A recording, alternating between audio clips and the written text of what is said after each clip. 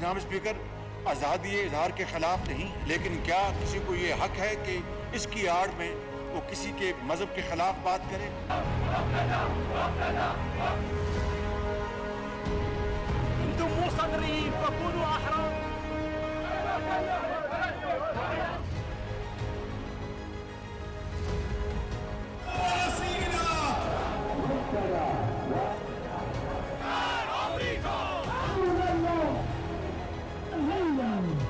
कुरान करीम की जो हिकमत है वो दुनिया को, पूरी दुनिया को मोहब्बत, इसार, सब्र और तहम्मुल की तलकीन करता है कुरान करीम।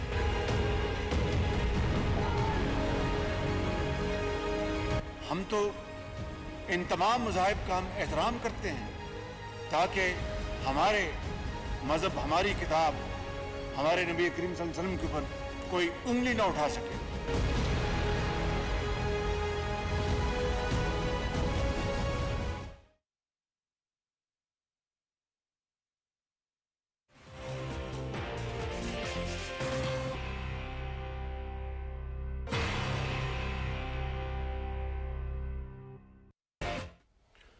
Hello and welcome to Views on News. I am Jawad Tehami. There are around 2 billion Muslims around the world, and their hearts beat for the sanctity of the Holy Quran and the respect for Holy Prophet Muhammad, peace be upon him. They can't even imagine any sort of insult being directed towards the Holy Scriptures and the holy personalities. But to an utter dismay, we have seen repeated incidents of either the publication of blasphemous caricatures or the desecration of Holy Quran, and mostly in the European countries. And the more sadly so in the name of freedom of expression and freedom of speech. On the first day of Eid al-Adha this year, a man in Sweden's Stockholm's central mosque before that desecrated a copy of Holy Quran, and this act of hatred angered the Muslims worldwide, also drew condemnation in the strongest possible terms from the Muslim countries. The countries include Pakistan, Saudi Arabia, Iran, Iraq, Turkey, Morocco, Egypt, Jordan, Kuwait, Yemen, Syria, the United Arab Emirates, Qatar and Palestine. Not only this particular condemnation coming from the Muslim world, but we have also seen Pope Francis expressed his anger, saying that he feels angry and disgusted at these actions. The High Representative for the United Nations Alliance of Civilizations also expressed unequivocal condemnation of this act. The OIC in its extraordinary meeting has called for collective measures that were required to prevent such acts. In a statement earlier, the OIC said such an act contradicted international efforts to spread the values of tolerance, moderation and renunciation of extremism. Also, at the special request of Pakistan, the United Nations Human Rights Council will be holding an urgent meeting on this particular matter. Specifically talking about Pakistan, the Pakistani nation will be observing the Yaum-e-Taqaddus-e-Quran Day tomorrow to lodge a strong protest on this particular matter and convey a strong message to the international community, especially the Western world, that their hearts beat for the sanctity of the Holy Scriptures as well as for the respect of the holy personalities. Prime Minister Shehbaz Sharif has also requested the National Assembly Speaker to form a committee to formulate recommendations to be shared with the international community and the Western world for the prevention of such type of events in future also. Now, taking the floor of the National Assembly during the joint session of the Parliament today, the Prime Minister said Pakistan respected freedom of expression but would not tolerate any kind of propaganda against the Muslims. He also said such events were a part of a conspiracy to create rifts between the Christians and the Muslims. Also, we have seen the Foreign Office spokesperson during a weekly press briefing saying Pakistan calls for credible and concrete measures to prevent the rising incidents of xenophobia, Islamophobia and anti-Muslim hatred. The joint session of the Parliament also adopted the resolution calling on the international community to promote interfaith harmony. To discuss this pressing issue, we are honored to have been joined in the studio by Mr. Aslam Khaki, he is a religious scholar. Mr. Khaki, thank you very much for taking time out for Views on News tonight. Really appreciate that. Also in the studio, we are honored to have been joined by Mr. Kaswar. He's senior journalist. Mr. Klasra, thank you very much for your time also for being with us on Views on News tonight. We really appreciate that. Mr. Khaki, what sort of a mindset is at play? We've seen the repeated occurrence of these type of incidents happening specifically in the Western countries when we talk about the European countries, Norway, Denmark, and Sweden in particular. Bismillahir Rahmanir Rahim. As far as the history and the mindset of the people who create such type of events which pay disregard or desecration to the religious books and also to the holy personage of the religions, they do not actually represent any community. They represent their own terrorist community extremism, that is called. That may be found in any nation or in any religion, but they are very small groups. The purpose is, as you said, rightly said, the purpose is to create a rift among the two big communities, religious communities. These are the Muslims and the Christians. Because in this area, we can see that now the interfaith dialogues are just being promoted in the world, just bringing the religious followers or the faith followers into harmony.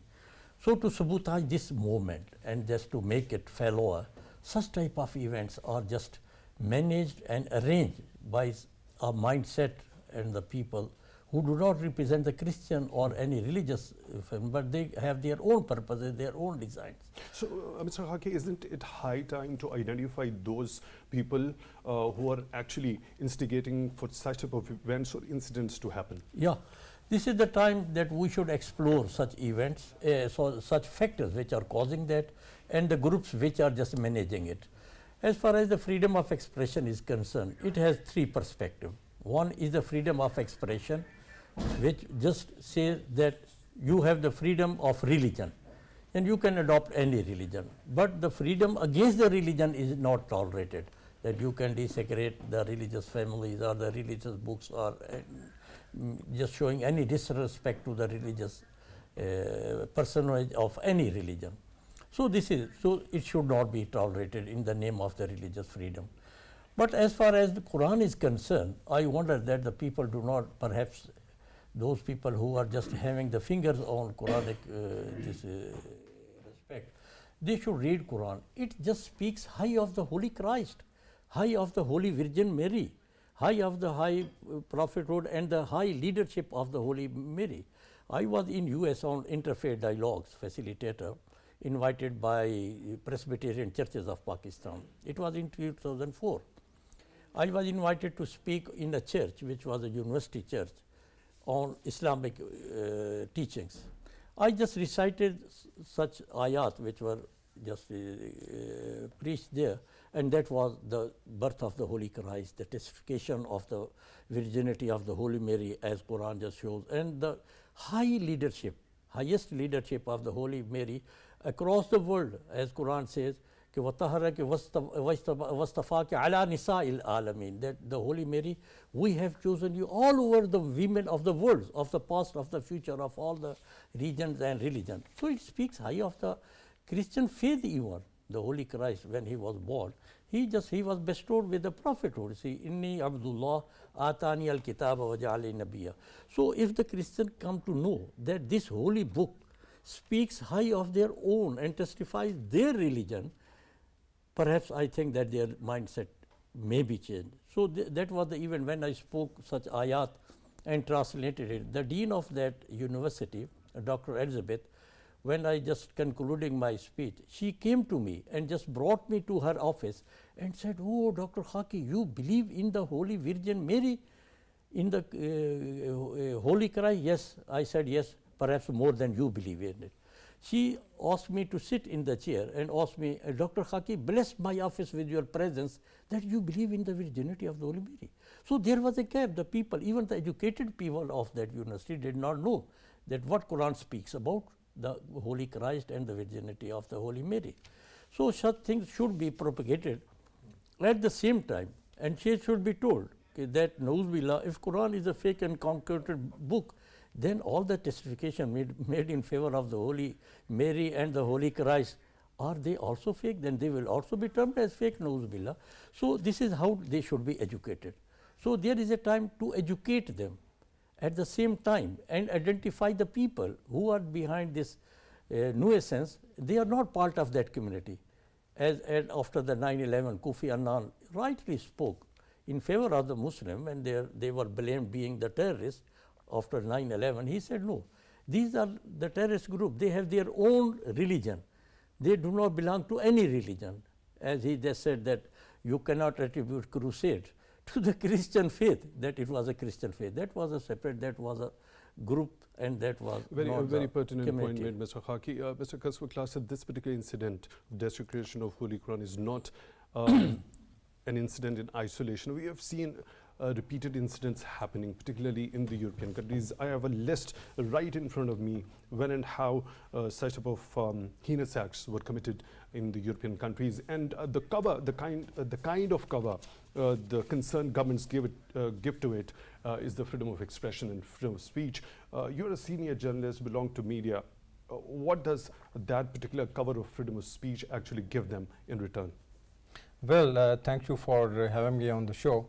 Let me tell you that you have rightly pointed out, it was not the first time that the religious sentiments of the Muslims were provoked, and we have a long list. Even a number of the European countries such type of incident had happened in the past as well. So it is a collective responsibility, and not only the Muslim state but also the Christians and the European states as well. It's as my panelist has rightly pointed out, these people doesn't represent the Christianity or any religious group. They are terrorists actually, and the Muslim state, the Europeans, Americans, they need to deal with such kind of people according to law first. And secondly, regarding your question, definitely these Muslim countries, Muslim states, Christian states, and the world need to involve the media groups as well, because only what I believe, because I belong to the media as well,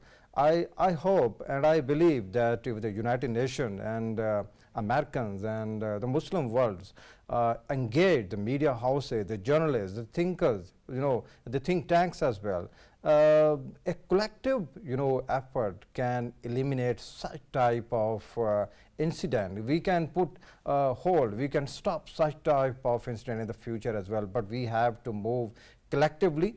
And this is what Prime Minister Shehbaz Sharif had said yesterday, that we condemn the act, but we are willing to sit across the table with all of our brothers and sisters and the European countries as well, just to make sure that such kind of incident doesn't happen in the future as well. And you rightly pointed out, this is a long list. What happened there in France, what happened there in Denmark, you're well aware about that. So a collective effort is needed, but sadly the European countries have never responded to the effort. As you have rightly pointed out in the intro, that Pakistan has requested the United Nations to call a sitting of these member states to discuss what's wrong with the European countries and what's wrong with the states, because I personally believe that a collective effort can put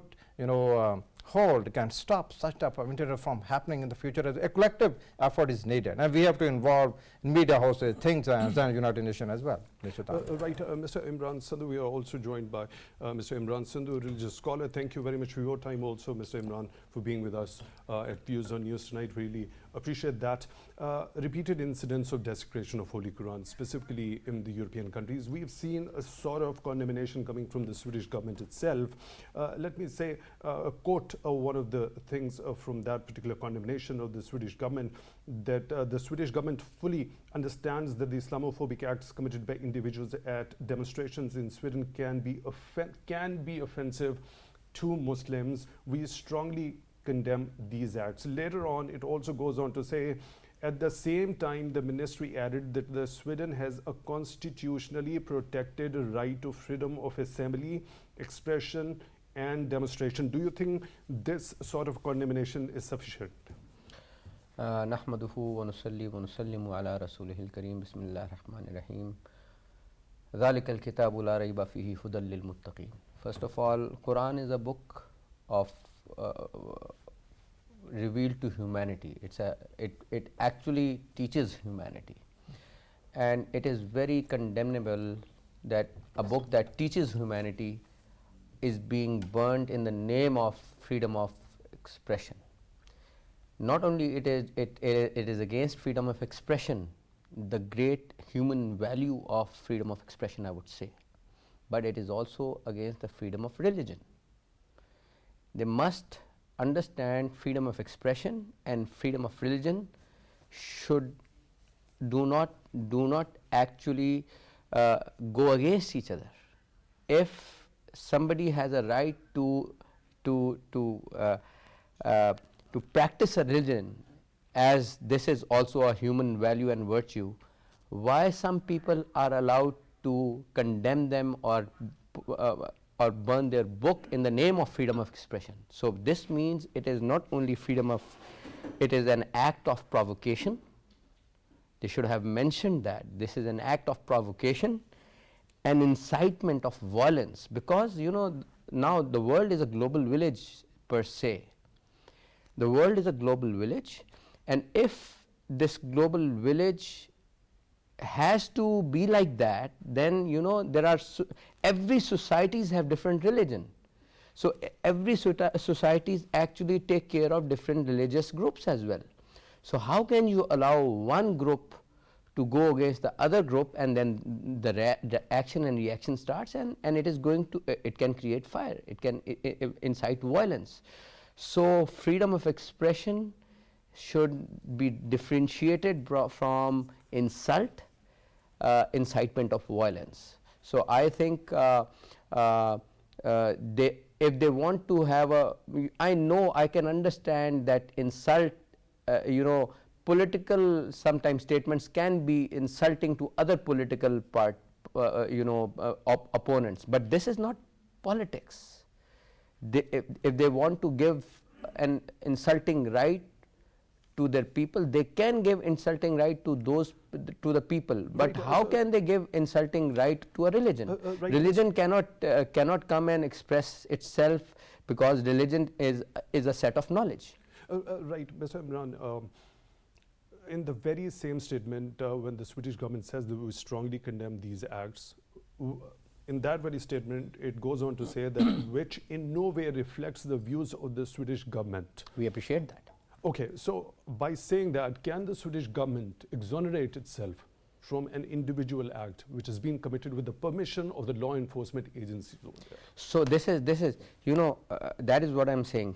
Freedom of expression is another thing, and incitement of violent acts towards other communities and their books is another thing. This is a crime. How can they just forego a crime in the name of freedom of expression? They should distinguish between freedom of today. By the way, I can just if I'm allowed to say, I just today met the Australian ambassador, and we requested him to put his voice for the Muslims in the United Nations, that the United Nations and all the nations of the world should come together and propose legislative, international legislative actions, and bind the nations that are those nations who are the members of United Nations to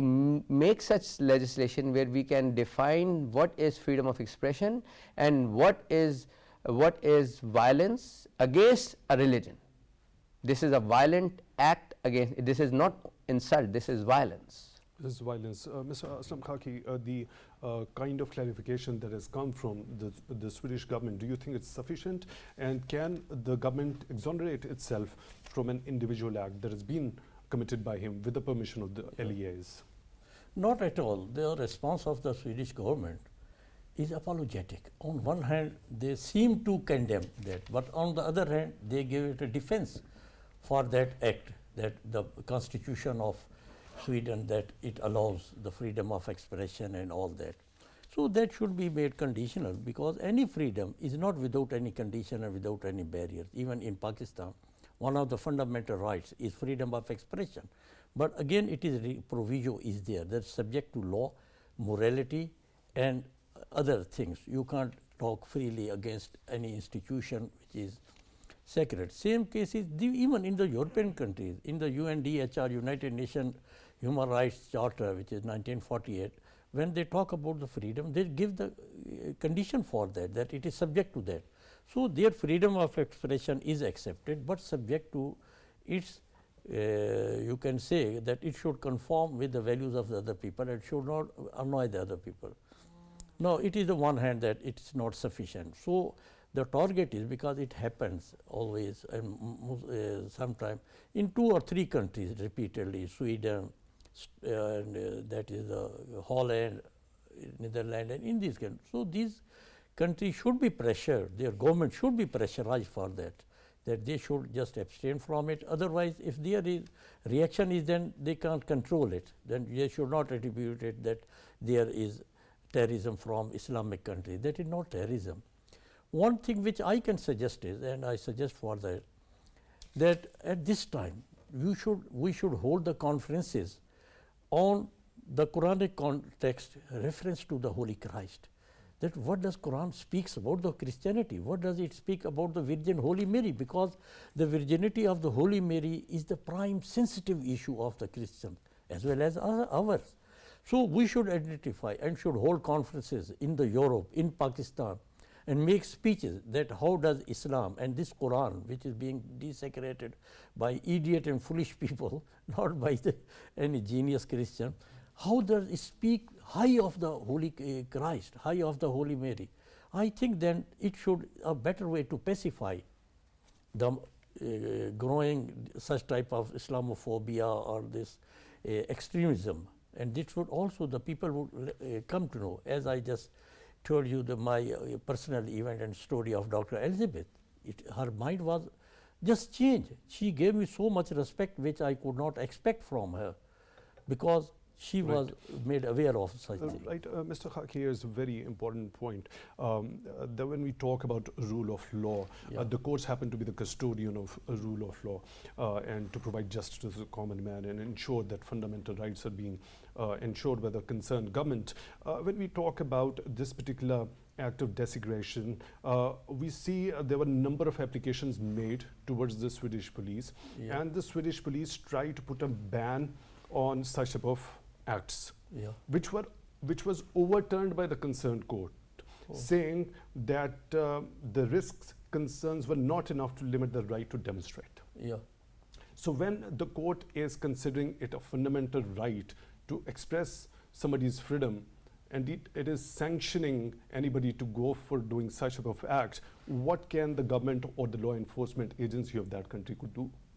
So this is also a tragedy that such situation happens in some European countries, not in all European countries. And this will promote such type of repetition of such events if they are not controlled at the table of the law. So United Nations should come forward and they should enforce their legislation and should make the clear law, though general law is there, that you can't offend any person, cannot offend the feelings in the name of freedom of expression, but it should be clear. And such clear law should be made for all the nations, and if some country, even the courts of that country, if they violate such law, then they can have their own sanction, they have their own mechanism. United Nations has its own mechanism just to enforce its decisions and its law. That should be just brought up there. And I think that the positive thing is that even the European leadership, Russian leadership, even the Pope, even I was reading in the paper, the Minority Council of Pakistan, their Church of Lahore, they all have condemned this desegregation. This is a positive thing we can say. And we should promote it, and we should just do it, that how Quran just testifies their Christianity. Are they going to negate their own Christian faith by desegregation? So this is that we should put the law in action through United Nations, And then all these European countries should boycott the Swedish government, not only the Muslim, because only Muslim when they boycott it, we don't have a force, economic force, but those European countries as Russia and Pope of Francis, this Pope should declare and ask his followers to disassociate from this government or to just make protest against it, and they should boycott their products or even they should call back their ambassadors and embassies from there. Then perhaps the political pressure would be there and economic pressure would be there. It should come from those people who are condemning it by the words. They should come by actions. Right. Mr. Klasra, your understanding of it, when the courts of a country are letting such type of acts happening, saying that the risk concerns were not enough to limit the right to demonstrate. So what ideally are the options that are left at the hands of the concerned government of that country? Well, definitely these kind of states need to do legislation. What is difference between the freedom of expression and respecting the religions of either the Muslim, Christian, or other sects as well. First thing, they need to do legislation because it's a flaw. If a Swedish government, as you asked one of my panelists, a Swedish government is solely responsible for this kind of act, because it was not the first kind of incident that happened in Sweden. If they had some particular zra, even they understand. I have talked to some of the people over there. They believe that the government of Sweden government and then European Union as well, they need to do the legislation to stop such kind of stuff, because this is not just on the part, it is a failure on the part of Swedish government, that because we respect the freedom of expression, then we can't do anything. And this was a lame excuse actually, and this is the case. They need to do legislation. And let me tell you, another valid point is it was a shameful act by the Secretary General of NATO as well, and they blatantly spotted such kind of ignorance that the freedom we cannot do anything because the European Union respect the freedom of the expression. This is not freedom of expression, and Mr. Khaki has rightly pointed out that the boycott by not only by the Muslim state but all the like-minded states, Russians have categorically condemned this kind of act, and I was not expecting from Russians as well. Chinese president has spoken against such kind of incident as well. I think a pressure should be mounted not only by Pakistan and Islamic countries, but from all of the countries. From the United Nations should take a lead role, and if there is a law prohibiting the Swedish government or the European countries to stop such type of incident, then there must be a mounting pressure on them to do legislation just to make sure such kind of the hatred, such kind of accident doesn't happen in the future as well. So this is my opinion. Right, Mr. Klasra, you rightly pointed out what NATO Chief Jens Stoltenberg had to say, that these causes and actions taken are offensive and objectionable. Well, within the same breath, they go on to say that they are not necessarily illegal in a sovereign legal that's system. a shameful act. And on one side, we see such a statement coming, and on the other, we see also condemnation coming from the European Union also. What's that? What's that? Yeah. In my personal opinion, he just tried to provoke. What he just tried to endorse what that murtad, what that how to say that kind of incident. He was just trying to put his weight behind this act, and it is indeed a shameful act. He is representing the NATO countries. And also Turkey harshly reacted to Turkish government, harshly reacted to that statement as well. And I must appreciate the Moroccan government, which has shown great courage by calling their ambassador as well. So it was a shameful act just to throw behind what happened there in Sweden. And I must condemn, we all must condemn the statement given by the NATO chief as well. That was a shameful act. Right. Mr. Imran Sandhu, when we talk about the accountability, not of a government of a certain country, but of the legal system also, when the courts are letting such type of acts happening, what sort of a mechanism do you think?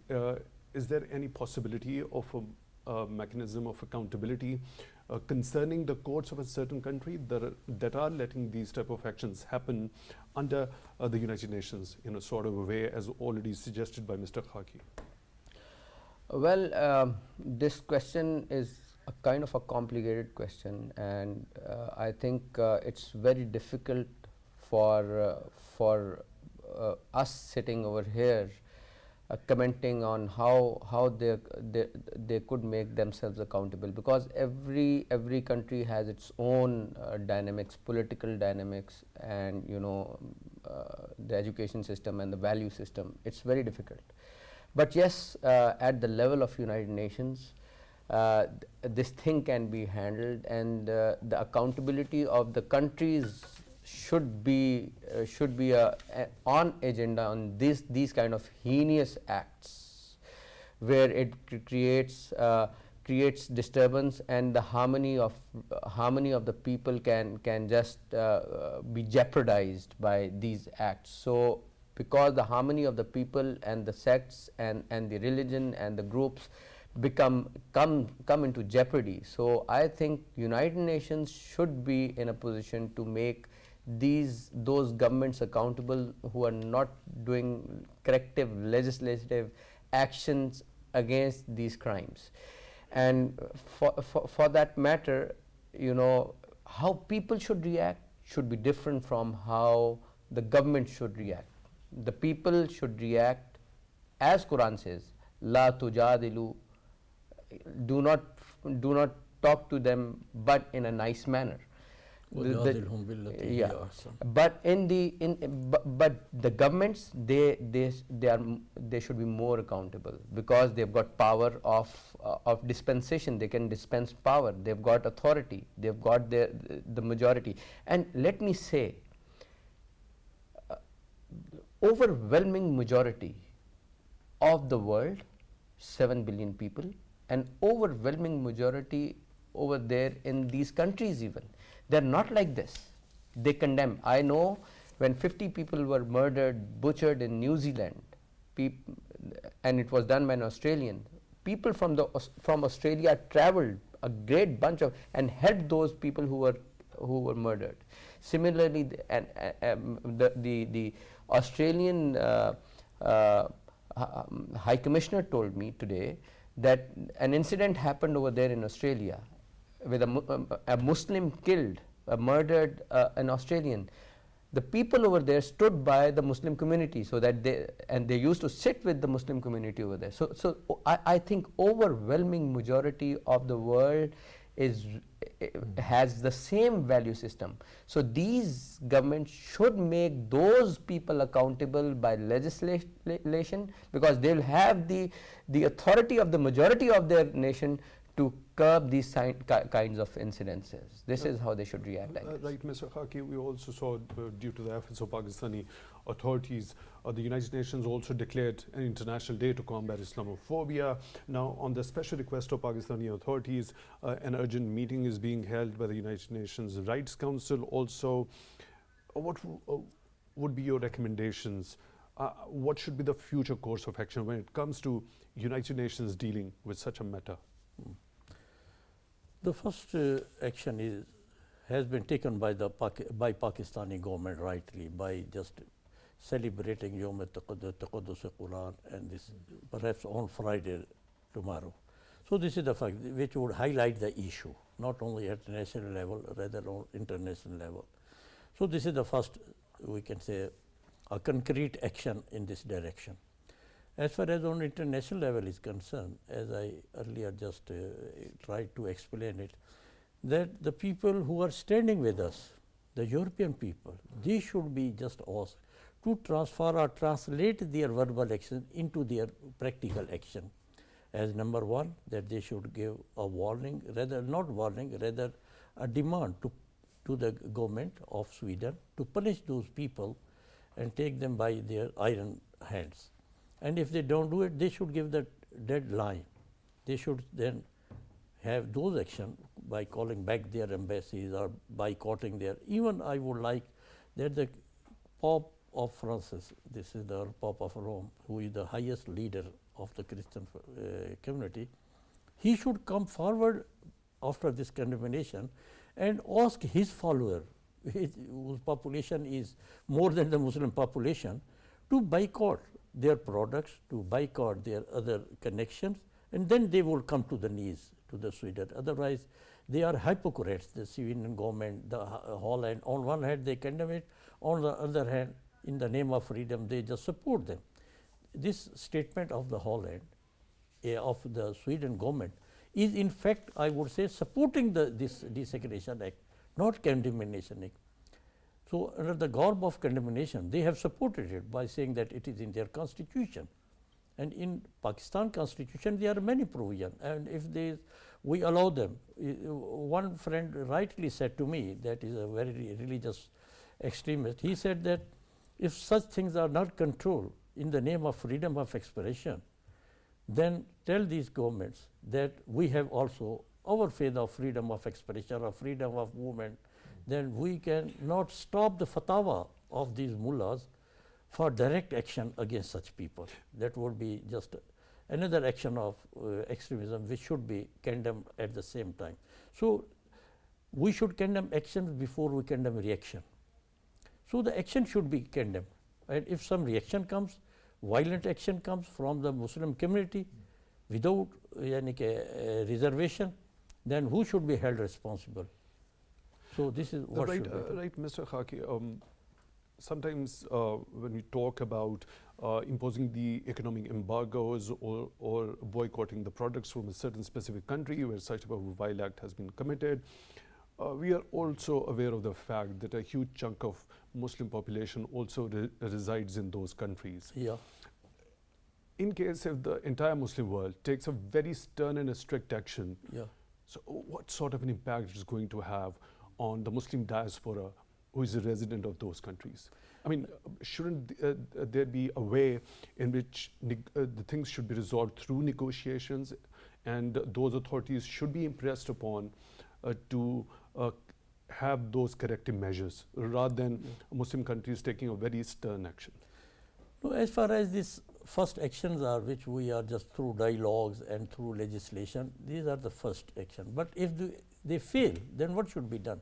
As earlier they have failed. In the case of, you can say, the Netherlands and other countries, they have failed practically because they just stand with their own constitution, with their own economic stability.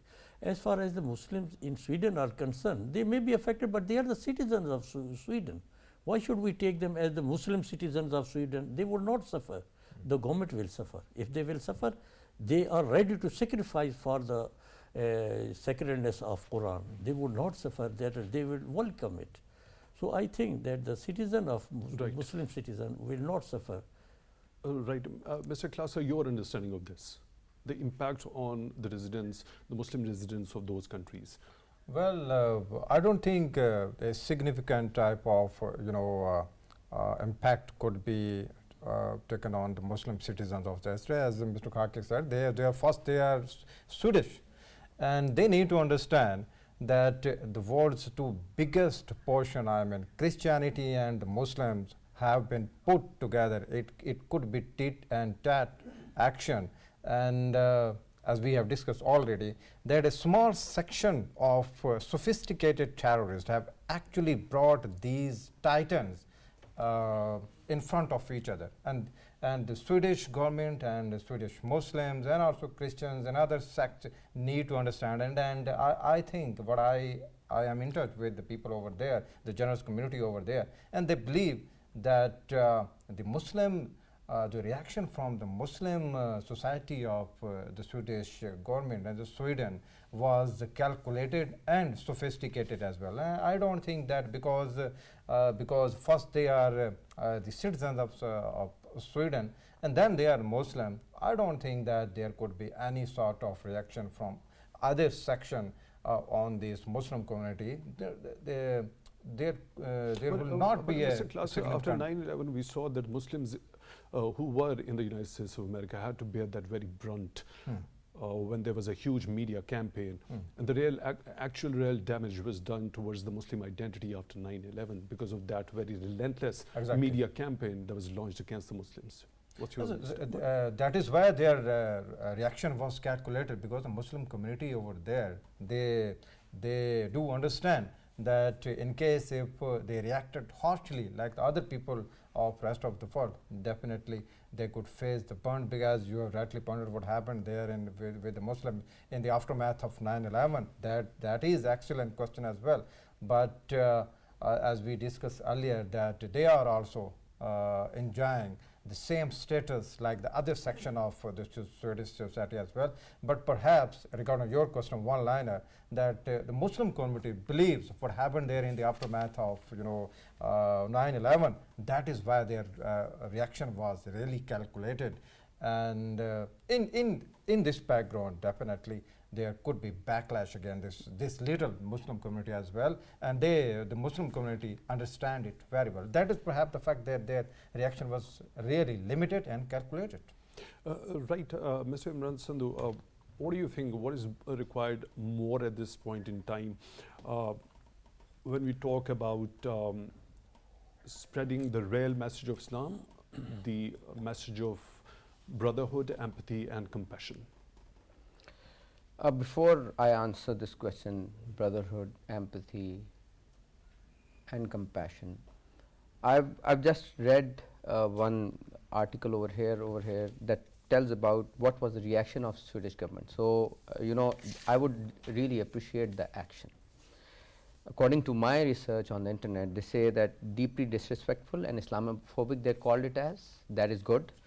While they want to defend the freedom of expression, they have opened an investigation as well for possible agitation against an ethnic They have already group. charged him, but he committed this act with the permission of the concerned police, the law enforcement agencies. This is the thing which we have already discussed in detail. So this is what it has been sanctioned by the concerned courts. The concerned police had been trying to put a ban, which was overturned by the relevant courts. This is what we have discussed already. So that is what I'm trying to explain. This thing is not enough. This thing is not enough. In the presence of Islamic brotherhood, Islamic compassion, Islamic 2 billion Muslims around the world, they have not only done this act, they have hurt 2 billion Muslims around the world. And freedom of expression does not mean that you can hurt 2 billion Muslims around the world by attacking their religion, their people, their thought, their faith. So I think they should not actually take an advantage of our tolerance, the interfaith harmony we practice as Muslims, our major majority, like 99.99% of Muslims. They should not take an advantage of this. Rather, they should put the culprits to justice, and justice should not be only heard being done, but seen to be done. And justice delayed is justice denied. Mr. Imran Sandhu, religious scholar, thank you very much for taking time out for Views on News tonight. We really appreciate that. We were also joined by Mr. Aslam Khaki, religious scholar. Mr. Khaki, thank you very much for your time also. And Mr. Kaswar also joining us in the studio, senior journalist. Mr. Klasra, thank you very much for your time. Also for being with us on Views on News tonight. We really appreciate that to discuss this very pressing issue. I would conclude today's episode with a quote by Prime Minister Shehbaz Sharif when he addressed the joint session of the Parliament today, that it is part of our belief that we should sacrifice our lives to uphold the honor of the Holy Quran without worrying about anything. With that note, we come to the end of today's show. Till the next one, take good care of yourself.